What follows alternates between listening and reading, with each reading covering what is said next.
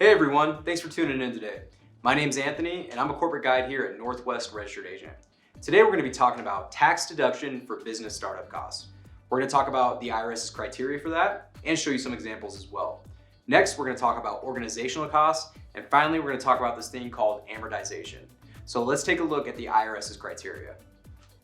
So the first thing you want to ask yourself is, would it be a cost deductible if you're paying it for a trade or business that already existed? But the big one we want to emphasize is it a cost you paid before, big word here being before, your business is active? So let's take a look at some examples. So if you're doing any analysis or surveying for potential markets prior to your business opening, that would be a category this would fall under. Any advertisements or marketing that you're paying for, again, before your business opens, that would fall under that category as well. Are you paying any salaries or wages, maybe paying for professional services such as a CPA, something of that nature, that would meet that criteria as well. And then any travel, to exclude personal travel. So if you're traveling for business to secure distributors, suppliers, customers, that would also meet that criteria as well. So now that we've talked about business startup costs, let's look at organizational startup costs. So organizational costs are any costs associated with the legal forming of the entity. So any of the Secretary of State paperwork, if you hired a Northwest Registered Agent to form your company, any of those costs would fall under that category.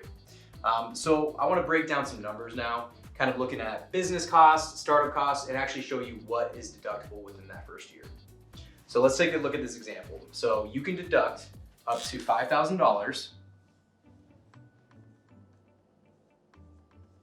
in the first year unless your costs exceed $50,000. So if your costs exceed $50,000, every dollar over $50,000, you're gonna subtract from that deduction cost of $5,000. So let's use an example of $54,000.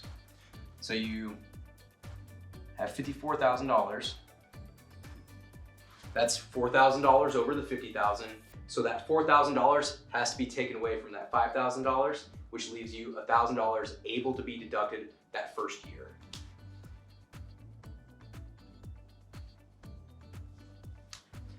We also have different options on how we can deduct our purchases. So let's talk about another option, which is amortization. So with amortization, your startup costs still need to exceed $5,000, but can't exceed $50,000. So we saw in that first scenario, we had $1,000 that was able to be deducted that first year. Amortization allows you to deduct money over the course of 15 years. So let's take a look at an example of what amortization might look like. So let's say you have startup costs of $7,000, and we'll go with $1,000 in organizational costs. Okay, in that first year, you'll be able to deduct $5,000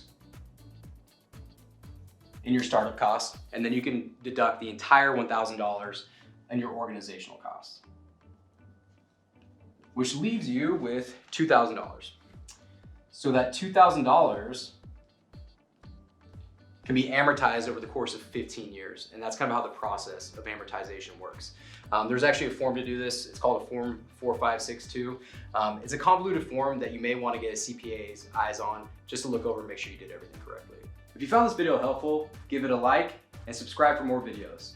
If there's a topic that you want to see us cover, go ahead and leave it in the comments below. And remember, call Northwest when you want more.